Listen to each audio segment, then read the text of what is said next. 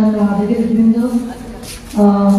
আমার সামনে বসা জেলার বিভিন্ন প্রান্ত থেকে আগত আমার শিল্পীগণ, ভাই বোনেরা, সাংবাদিক ভাইয়েরা, সবাইকে এই যুব উৎসব এবং সায়েন্স ফেয়ারের অনেক অনেক অভিনন্দন, শুভেচ্ছা জ্ঞাপন করছি।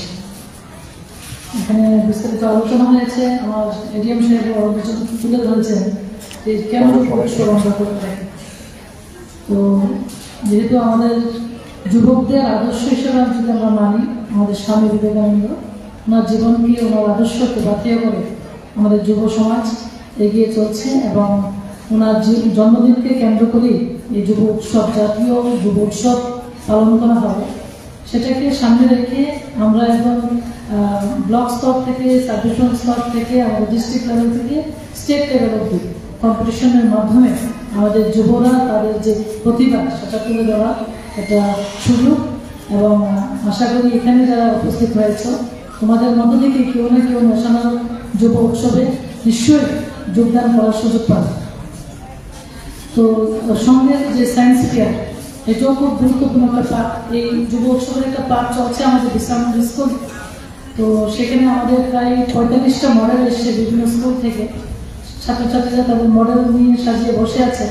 তো যাই হোক, আজকের এই কম্পিটিশন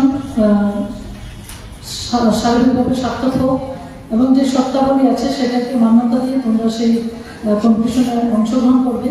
এবং আমি বলবো যে আমাদের তারপরে ডান্স আছে, ফোক সং আছে, বিভিন্ন ধরনের আইটেম আছে এখানে।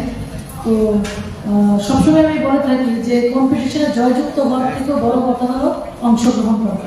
তো যারাই অংশগ্রহণ করেছ, এখানে আসতে পারোনি, ডিস্ট্রিক্ট লেভেলে আসতে পারোনি, তোমাদেরও আমি শুভেচ্ছা জানাই, ধন্যবাদ জানাই।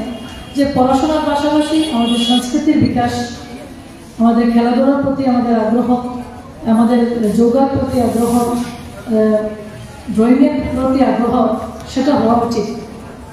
শুধু পড়াশোনা করলাম এটাই আমাদের শেষ কথা নয়। পড়াশোনার পাশাপাশি সমস্ত দিক দিয়ে যেন আমাদের ছাত্রছাত্রীদের মানসিক শারীরিক বিকাশ, সেদিকে লক্ষ্য রেখে আমাদের কিন্তু কেন্দ্র সরকার, রাজ্য সরকার কাজ করছে। জাতীয় শিক্ষানীতির কথা বলা হয়েছে এখানে। আমাদের দেশের যশস্বী প্রধানমন্ত্রী প্রায় 34 বছর পরে এই জাতীয় শিক্ষানীতি যেটা লাগু করেছেন, যেখানে বলা হয়েছে প্রত্যেকটা ছাত্রছাত্রী স্বাধীনভাবে তার শিক্ষা নিতে পারবে, তার সংস্কৃতি যদি তার মধ্যে সংস্কৃতির থাকে সেটাকে সে প্রতিষ্ঠা করতে, তুলে ধরতে পারবে। তো যে যে ক্ষেত্রে ভালো সেই ক্ষেত্রে যেন তাদেরকে আমরা সুযোগ দিই। তো যারা গার্জিয়ান আছেন, আপনাদের কাছেও আমার আবেদন থাকে, আমাদের ছাত্ররা কী চায়, আমাদের শিশুরা, আমাদের সন্তানরা কী চায় সেটাকে গুরুত্ব দেওয়া। আমরা অনেক সময় তাদের উপর চাপিয়ে দিই। তো আমার সন্তানদের বলতে হবে তুমি কী হতে চাও বড় হয়। অনেক সময় আমরা জোর করে তোমাকে ডাক্তার হতেই হবে, তোমাকে ইঞ্জিনিয়ার হতেই হবে। কিন্তু আজকের দিনে দাঁড়িয়ে যদি আপনারা দেখেন, ডাক্তার ইঞ্জিনিয়ারের বাইরে গিয়েও আমাদের ক্রীড়া জগৎ বলুন, সাংস্কৃতিক জগতে বলুন, আমাদের অনেক ছাত্রছাত্রী নিজেকে তুলে ধরছেন। শুধু নিজেকে নয়, গোটা ত্রিপুরাকে তুলে ধরছেন। তো এটাই আমার আবেদন থাকবে যারা এখানে ছাত্রছাত্রী আছো। আমি বলবো যে আমাদের স্বামীজির যে আদর্শ, সেই আদর্শকে পাথেয় করে তোমরা এগিয়ে যাবে, এই ভারতবর্ষের সুনাগরিক হিসেবে নিজেকে প্রতিষ্ঠিত করবে এবং স্বামীজির আদর্শ যে মনুষ্য জীবন পেয়েছ, দাগ রেখে যাবে। কোথাও না কোথাও একটা দাগ রাখার চেষ্টা করো। সেটা শিক্ষাক্ষেত্র হতে পারে, সাংস্কৃতিক জগৎ হতে পারে, খেলাধুলার জগৎ হতে পারে, সমাজ সেবা হিসাবে কাজ করা হতে পারে।